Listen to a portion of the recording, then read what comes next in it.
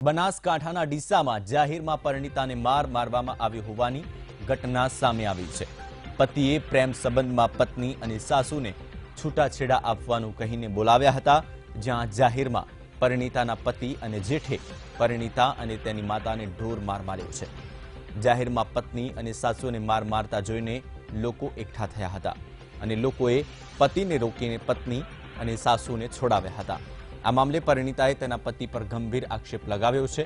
પીડિતાનો આરોપ છે કે અગાઉ પણ માર મારીને તેને ઘરેથી કાઢી મૂકવામાં આવી હતી, તો પત્નીને જાહેરમાં માર મારવામાં આવ્યો।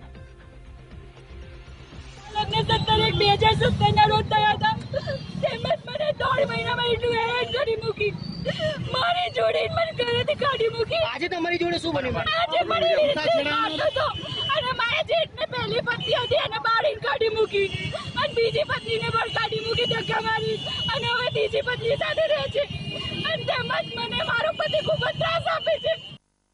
તો સંવાદદાતા પરેશ પઢિયાર અમારી સાથે જોડાયા છે। પરેશ, જે સમગ્ર ઘટના આવી છે તેમાં કોઈ ફરિયાદ નોંધાઈ છે કેમ? વાસ્તવિકતા શું છે?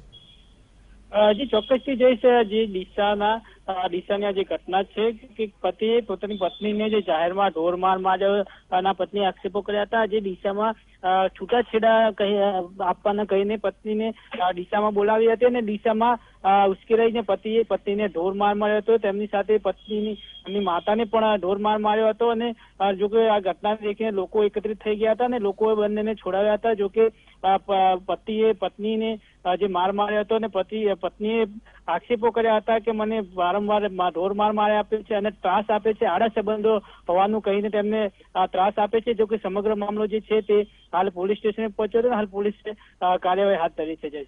બિલકુલ પરેશ।